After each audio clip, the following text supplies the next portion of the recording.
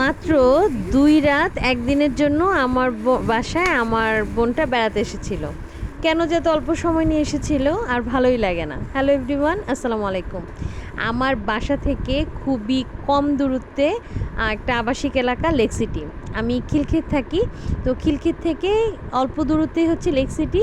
সেই আবাসিক এলাকার ভিতরেই বাচ্চাদের খেলার জন্য শিশু পার্ক, স্লিপার সব আছে। তো এখানে আমার ছোটো বোনকে নিয়ে বিকেলের টাইমটা একটু কাটানোর জন্য এসেছি এবং যাওয়ার সময় কোনো একটা রেস্টুরেন্টে বসে স্ন্যাক্স দিয়ে নাস্তা করে যাব, কারণ বাসায় যেয়ে ওরা আবার ওদের বাসায় চলে যাবে।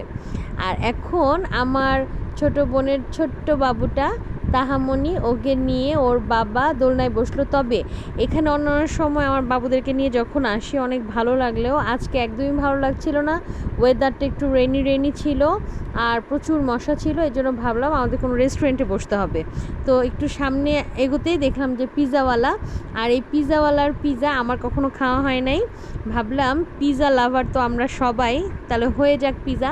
তো এই ভেবে পিৎজাওয়ালাতে করেই আমরা বারবিকিউ ফ্লেভারের, একদম স্মোকি বারবিকিউ ফ্লেভারের লার্জ পিৎজাটা নিয়ে নিলাম। কিন্তু এই পিৎজা নেওয়ার পর আমরা যে প্রবলেমে পড়লাম সেটা হচ্ছে এই পিৎজাটা এত মজা ছিল যে সবারই আরও বেশি করে খেতে ইচ্ছা হচ্ছিল।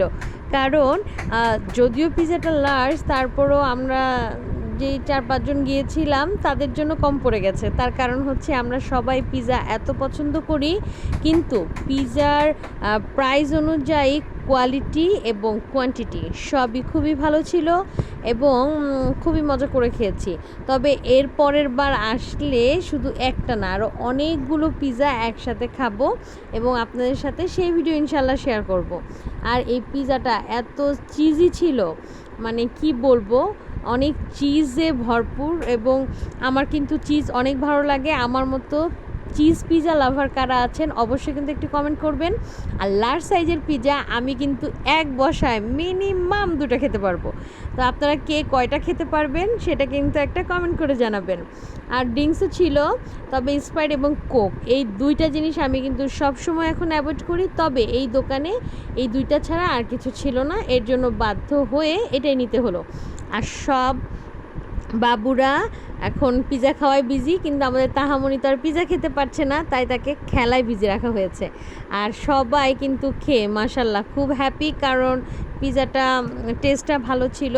কিন্তু পিৎজা খাচ্ছিলাম ঠিকই, মনটা অনেক খারাপ ছিল, কারণ পিৎজা খাওয়ার পর আমি যখন বাসায় যাব তার কিছুক্ষণ পরে আমার বাসাটা পুরোপুরি খালি হয়ে যাবে, কারণ আমার ছোট বোন রাত্রে আর খাওয়া দাওয়া করবে না। এই তো আমরা বের হয়ে গেলাম পিৎজাওয়ালা থেকে, এখান থেকে বের হয়ে সোজা আমাদের বাসায়, কারণ এখন সব কাপড় চোপড় গুছিয়ে আমার ছোট বোন বের হয়ে যাবে ওর বাসার উদ্দেশ্যে, কারণ আগামীকাল থেকে ওর অফিস।